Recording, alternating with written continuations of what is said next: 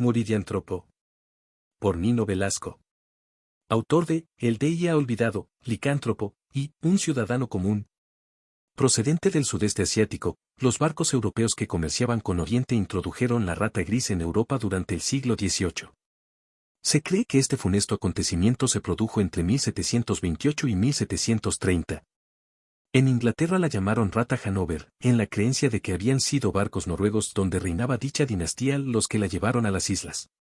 Una sola pareja de ratas grises o ratas de cloacas puede engendrar en 3 años a 250.000 descendientes, por eso, en 1772, cuando en nuestro continente no se habían tomado las medidas adecuadas para su exterminio, testigos presenciales vieron a hordas inmensas de este repulsivo múrido atravesar el Volga en dirección oeste. Perecieron millones, pero aún sobrevivirían las suficientes para arrasar los territorios de la otra orilla.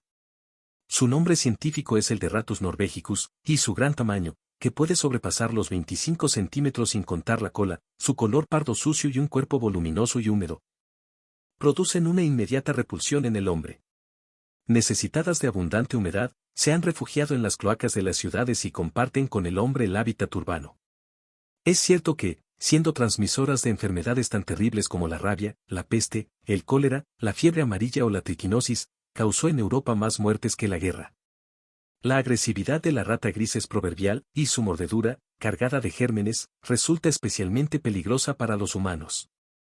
Los machos devoran a sus propias crías y éstas no son defendidas con decisión por la madre. Destruyen las membranas interdigitales de las palmípedas jóvenes que encuentran aisladas y se conocen casos de ataques cruentos a cerdos e incluso a niños que dormían en sus cunas. Siguiendo una macabra costumbre de su especie, roen el cráneo de sus congéneres muertos y después les devoran el cerebro con delectación. Asterisco asterisco asterisco. Las nieblas eran frecuentes a principios del invierno. La humedad se condensaba en el aire frío acumulado por la noche en el valle y la ciudad y los campos circundantes aparecían cubiertos de un velo gris algodonoso que permitía sentirse a gusto a sus habitantes más melancólicos. J. Faber se levantaba temprano y bajaba a desayunar al bar del Loro Verde. A las 7:30 ya estaba delante de la barra, junto a otros clientes madrugadores que tomaban café con leche en silencio, metidos en sus abrigos y reconfortados por el ruido de la cafetera, los vasos humeantes y el espacio tranquilo y recién fregado. J. Faber cogía el periódico del mostrador y le echaba una ojeada. Muchos hombres tenían la costumbre de pedir un vaso de cognac mezclado con anís después del café. Cuando terminaba J. Faber se iba al banco, que estaba enfrente del Loro Verde, y se ponía a trabajar sin apenas comunicarse con el resto de sus compañeros. La oficina era un lugar confortable, la sucursal de un banco prestigioso donde se había tratado de conseguir un espacio acogedor y cómodo, no solo pensando en los clientes, que eran tratados con especial deferencia, sino también en los propios y eficientes empleados de la entidad. Todos tenían cómodos silloncitos rodantes de color tabaco, mesas sólidas y agradables de vistoso diseño. Y establecimiento dispensaba a su personal y todos cuantos entraban en él un buen sistema de calefacción a fuel oil que mantenía un ambiente caldeado mientras afuera la temperatura oscilaba por debajo de 0 grados centígrados. Sin embargo, aquel clima y seco ponía enfermo a J. Faber, que casi no podía aguantar la tersura del aire y el bochorno del local, progresivamente en aumento mientras avanzaba la mañana. Se le secaba la nariz y su respiración se hacía dificultosa, de modo que, cuando terminaba su jornada laboral a las 3 de la tarde, se precipitaba a la calle con la vehemencia que embarga a un náufrago cuando toca el litoral de una tierra salvadora. El martirio proseguía en su casa. La calefacción central de que disponía el inmueble provocaba los mismos efectos en su aparato respiratorio y en todo su cuerpo. Y pese a que abría las ventanas y colocaba recipientes de agua caliente en las habitaciones a fin de proporcionar humedad al ambiente, una especie de asfixia intolerable hacía que su vida, en invierno, consistiese en un transcurrir histórico y lamentable que llegó a provocar violentas discusiones con Katy, su esposa inglesa, blanca y rubia, poco dispuesta a soportar la veleidades de su marido, las ventanas abiertas en pleno noviembre y los pasillos y habitaciones salpicados de palanganas y cubos llenos de agua humeante que sorprendían desfavorablemente a las visitas. En consecuencia, J. Faber se pasaba las tardes en la calle, sentado en algún banco del solitario parque de la ciudad, paseando por la carretera que circunvalaba la urbe o internándose en los campos que la rodeaban, cuya tierra, roturada y esponjosa, húmeda y fresca, le deparaba una sensación de increíble felicidad. Un anochecer frío y nublado, a un lado de la carretera, descubrió cierta casa de una sola planta, aparentemente ruinosa, con la fachada llena de desconchados y los cristales de las ventanas rotos. Situada al borde de un vertedero donde se amontonaban trapos viejos, cascotes de botellas, neumáticos destrozados y toda esa clase de desechos ciudadanos que, a partir de un momento dado, comienzan a hacinarse en lugares precisos sin que nadie sepa por qué. Adherido a una de sus ventanas de rejas oxidadas, descubrió un cartón grande con una inscripción que enseguida le interesó. Se dirigió hacia el centro, y en la primera cabina que encontró libre llamó al número que indicaba el cartel. Al día siguiente, cuando la tarde se extinguía tras los nubarrones oscuros que cubrían la comarca, J. Faber aguardaba frente a la casa del vertedero dando paseos tranquilos. Se aproximó un hombre de edad más que madura, con una guerrera de piel negra y la expresión huraña y precavida, un tipo con aspecto de aldeano, que se acercó mirándole fijamente con los ojos entornados. ¿Es usted quien llamó ayer? Sí. Bueno, entonces, ¿le interesa la casa? Vamos a verla. El hombre de la guerrera le dijo el día anterior que la alquilaba por 2.500 pesetas, y a J. Faber le había parecido un precio increíblemente bajo, tratándose de una casa grande y de construcción sólida. Argumentó, sin embargo, que tal vez resultase un poco cara, teniendo en cuenta su deterioro y el lugar apartado en que se encontraba, junto a un vertedero y próxima a la carretera, donde quizás el ruido de los vehículos que la cruzaban molestase a sus ocupantes. El dueño de la casa, mientras abría la puerta, se defendió. No está vieja. Solo tiene un poco estropeada la fachada y los chicos han roto los cristales de las ventanas. Esos arreglos corren por mi cuenta. Pero ahora verá usted el interior, está nueva. Abrió la puerta y les recibió una bofetada de olor a lugar cerrado junto a una lengua de humedad heladora. En cuanto a la humedad, dijo el hombre. La humedad no me preocupa, más bien me gusta, respondió J. Faber. La casa era amplia, de habitaciones grandes construidas con una concepción de los espacios anticuada y generosa, techos altos, muros sólidos y ventanas angostas con rejas de forja. Las manchas de humedad oscurecían y descascarillaban la pintura de las paredes hasta casi 2 metros de altura, y el ambiente general resultaba sencillamente gélido. Ahora está fría porque lleva deshabitada mucho tiempo, dijo el hombre, pero cuando usted traiga muebles y viva aquí, ya verá cómo esto se caldea. Además, en el comedor tiene una chimenea. No se preocupe, dijo J. Faber. En realidad, lo que estoy buscando es un sitio fresco, no aguanto las calefacciones. ¿Qué me va usted a decir? Esas casas modernas con radiadores son un horno. Bien, en fin, me quedo con ella, concluyó J. Faber. De modo que, ¿cuánto tengo que darle? Ya lo sabe usted. El mes corriente y uno de fianza. Sin más dilaciones, J. Faber sacó su cartera y extrajo de ella un billete de 5.000 pesetas que entregó al hombre. Este le dio las llaves. Mañana se pasa por casa y arreglamos lo del contrato y el recibo. Sí, como quiera. ¿Se viene usted? No, me quedaré un rato viendo todo esto. El hombre de la guerrera se marchó, y J. Faber, bajo la luz mortecina de las bombillas desnudas que iluminaban las piezas, permaneció en la casa durante casi una hora inspeccionando en silencio todas las habitaciones. A una persona digamos normal, corriente o común, aquella vivienda le habría parecido un lugar inhóspito y extremadamente triste, pero para J. Faber, la amplitud de los aposentos, el silencio que inundaba todo el edificio y el frescor húmedo flotante en sus espacios, venía a ser como el hallazgo de una clase de ambiente que, sin saberlo, había estado buscando desde hacía varios años. A partir del momento en que empezó a no aguantar esos pisitos idiotas que proliferan en las ciudades, angostos y sofocantes, particularmente mortificadores en invierno, cuando los porteros encienden en la noche a la mañana la calefacción central y el aire se seca haciéndose imposible una respiración decente. Se asomó a la ventana de la cocina y, a través de ella, en la parte trasera de la casa, bajo el anochecer sombrío lleno de nubes luctuosas, vio el campo solitario y el vertedero. Se fijó mejor y descubrió, entre los desechos acumulados a unos 10 metros de distancia, a 5 o 6 ratas grises, gordas y sucias, que merodeaban por la basura.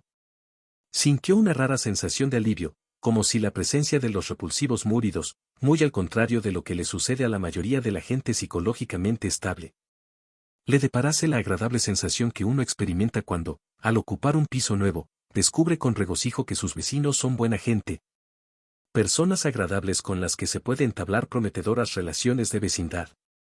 3 días más tarde, y ante la indignación de Katy, que no le creía capaz de una decisión tan definitiva, llegaron 2 hombres al piso familiar y empezaron a meter en el montacargas los muebles y objetos que les fue indicando J. Faber. Se llevaba sus cosas a la casa de la carretera, pertenencias privadas de uso personal cuya ausencia en el piso no afectarían para nada a la existencia normal de su mujer, un silloncito, una mesa de despacho, una lámpara de mesa, una cama de 90 centímetros, algunos libros, papeles y cosas por el estilo. ¿De modo que es cierto?, dijo ella con el rostro congestionado por la ira y el despecho. Bueno, no te pongas así, quiero tener un lugar donde refugiarme a veces. Ya sabes todo lo que me molesta: la calefacción, el ambiente seco de la casa. No creo que sea tan dramático el hecho de que tenga un sitio al que irme de vez en cuando. Compréndeme. Hay muchos hombres que tienen estudios o despachos y no ocurre ninguna tragedia por eso. Pero los hombres que tú dices tienen esos sitios para algo, para hacer algo útil, para ganar dinero, ¿comprendes? Lo tuyo es un lujo inconcebible. Coja esta estatuilla también, fue la respuesta de J. Faber dirigiéndose a uno de los hombres que habían ido a recoger sus cosas y le miraba interrogativamente con un transistor en una mano y 2 o 3 cojines bajo el otro. J. Faber permaneció toda una tarde colocando sus pertenencias en la casa de la carretera. Todo cabía en una sola habitación, y el resultado, cuando conectó finalmente la lamparita de mesa provista de una pantalla de tela roja, era, si no deslumbrante, sí, por lo menos, francamente satisfactorio dentro de una cosa modesta. Se tumbó en la cama y encendió un cigarrillo. Mientras lo consumía, le atenazó la duda de quedarse a dormir allí aquella noche a fin de hacer el estreno nocturno de su refugio o regresar al piso para apaciguar a Katy. Oyó afuera, en la fachada posterior, los rumores característicos que producen los perros vagabundos cuando hurgan entre las basuras o bien el merodeo de las ratas grises al indagar en los desechos de los vertederos. Advirtió también que le dolía la cabeza. Se puso en pie y salió de la vivienda para dirigirse con sigilo hacia la parte trasera del edificio. Estaba oscureciendo, y consiguió llegar hasta la esquina de la casa sin ser advertido por los detestables roedores. Había 6 o 7 ratas grandes y parduzcas que se deslizaban buscando desperdicios útiles entre los restos acumulados sobre la tierra fangosa. Movían sus hocicos peludos husmeando nerviosas el aire, y J. Faber esbozó una sonrisa bobalicona que se dibuja en los labios de quienes contemplan a criaturas agradables capaces de estimular sentimientos de ternura en el hombre, un bebé rollizo, por ejemplo, o un perrito de pocos días. Hubiera deseado tomar a una entre sus manos, pero estaba seguro que apenas hiciese otro movimiento, se sumergirían en sus guaridas como flechas. Dio un paso adelante y su zapato derecho pisó un trozo de ladrillo roto que provocó un ruido imprevisto, lo suficientemente audible como para que todas las ratas, cual si hubieran sido accionadas por un mismo resorte, quedasen paralizadas dirigiendo sus miradas brillantes hacia el hombre que estaba acechándolas. Insólitamente no huyeron. Permanecieron sobre los desechos oteando el aire, y tras asimilar la sorpresa de un observador inesperado, continuaron sus movimientos merodeadores por las basuras haciendo caso omiso de la existencia de J. Faber. Del todo sorprendido, e incluso emocionado, el empleado de banca pudo llegar hasta el montón de residuos donde ellas se buscaban la vida, inclinándose despacio, alargó la mano hacia la más gruesa y la cogió con cuidado. Estaba húmeda y caliente y pesaría aproximadamente medio kilo. La rata no hizo ningún gesto que delatase deseos de desasirse o miedo. Él la subió hasta la altura de sus ojos y le acarició la cabeza con la otra mano. Le rascó cariñosamente con su dedo índice el hocico negro, de donde emergían las cerdas pengosas del bigote. Y la rata osciló la cabeza de arriba a abajo olfateando tranquila a aquel ser grande que la tenía suspendida en el aire, como intentando reconocerle. Después, un balanceo nervioso de su cuerpo, indicó a J. Faber que el animal deseaba ser depositado en el suelo.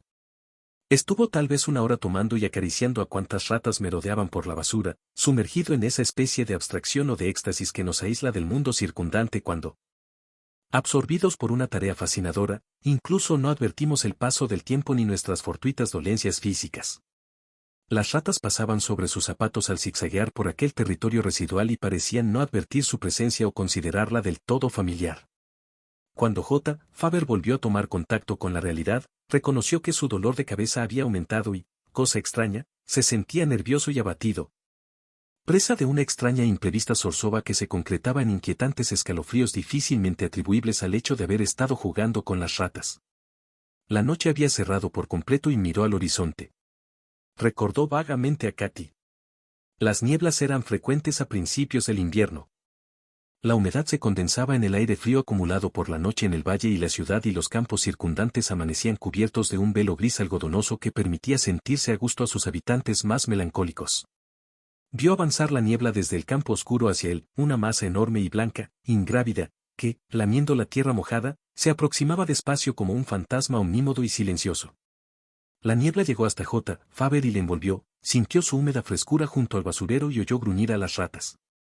Notó como si el agua, rota en millones de gotas suspendidas en el aire, le penetrase hasta el fondo de su cuerpo anhelante y experimentó entonces un turbador vahido que, haciéndole transpirar intensamente, le llenó de angustia. Nadie pudo ver cómo en ese momento horrendas transformaciones se iniciaban en la naturaleza del empleado de banca, cómo sus orejas se redondeaban y su rostro se cubría de pelos grisáceos y pegajosos. De qué forma tan escalofriante sus ojos se hacían intensamente oscuros y redondeados, y en su boca, transfigurada en un hocico provisto de cerdas a modo de bigotes, crecían dos afilados incisivos enormes que le deparaban el siniestro aspecto de una sucia rata de las cloacas. Sus manos eran ahora dos pequeñas garras rosadas sin pelo, y sus movimientos, al acabar las inconcebibles mutaciones, se tornaron precavidos y nerviosos. Lanzó un infernal chillido que heló de espanto aquellos parajes y después, con paso vivo y obcecado, en línea recta, amparado en las sombras de la noche, se introdujo en la ciudad por los callejones más sombríos. Cuando llegó a su casa, penetró en el portal y despreció el ascensor, sin encender la luz general de la escalera. Ascendió a oscuras 7 pisos trepando con movimientos extraordinariamente sigilosos por los escalones de mármol rojizo del pretencioso inmueble. En el rellano de la planta donde le esperaría Katy no se oía el menor ruido. Pulsó el timbre y, casi inmediatamente, como si ella estuviese aguardándole al otro lado, se abrió la puerta. El grito de la chica inglesa resonó en la escalera como el más execrable anuncio de pavor, y J. Faber, casi simultáneamente, emitió el agudo chillido de las ratas de Hanover cegadas por la cólera. Justo después de cerrar la puerta a sus espaldas se abalanzó sobre ella, peludo y húmedo, y clavó sus incisivos con sanguinaria perfidia en el blanco cuello de la muchacha. Repitió la embestida excitado por el cálido y dulce dispendio de borbotones de sangre que emanaban de la yugular. La joven sucumbió en unos segundos y quedó tendida sobre la alfombra del salón, hasta donde había llegado en un loco retroceso producido por el pánico. Entonces, acurrucado junto a ella, como un roedor doméstico que se dispone a engullir sosegado una crujiente avellana, la criatura espantosa inició una metódica acción con sus demoledores incisivos sobre el cráneo de la desgraciada muchacha. Insistió persistentemente, produciendo un ronroneo monótono, hasta horadar limpiamente uno de los parietales de su víctima a través del cual pudo verse la masa tierna y blanca del cerebro. Después, siguiendo una macabra costumbre de su especie, sorbió con delectación la blanca masa encefálica como si se tratase de una deliciosa golosina. Es, que yo sepa, el único caso que se conoce del horrible monstruo denominado muridiántropo y hombre rata, cuyo horror desencadenan las nieblas de los valles húmedos.